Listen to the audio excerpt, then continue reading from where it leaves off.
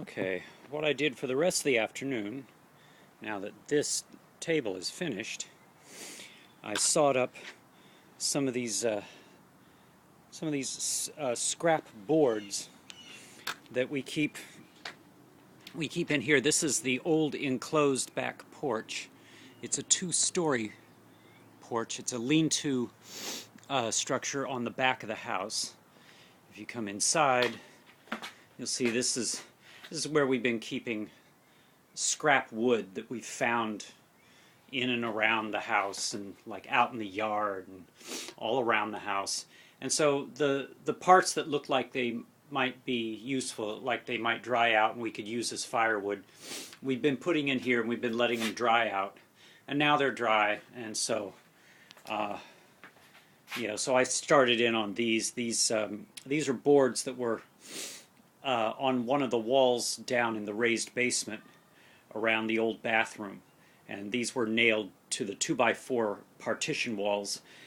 The thing is, when they were installed, they were probably very nice, but they're pine, and all of them have been nibbled and eaten out halfway by termites. They all have termite damage, and that's also true. Like over here, this board here is probably pine, and this looks like tunnels and channels that have been eaten out by termites, and others are just they were just left out in the rain for years, and so we brought them in here to let them dry out.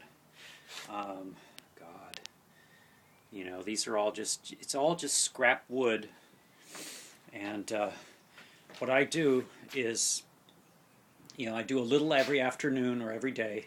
I just take 5 or 6 of these boards and cut them into thirds or cut them in half or fourths, and I fill up one of these boxes, and I believe under the table, let's see what we have. Okay, we have a box of twigs, and looks like twigs and some branches and some termite damaged pieces of wood.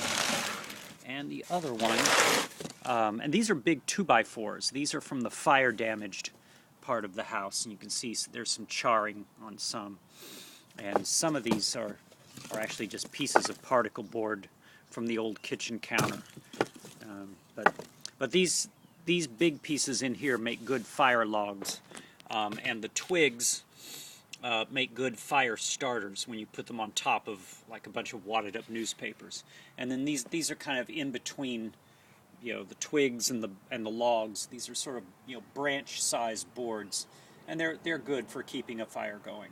So, and that's the homemade hand stacked fireplace that we managed to cobble together out of found bricks in the yard.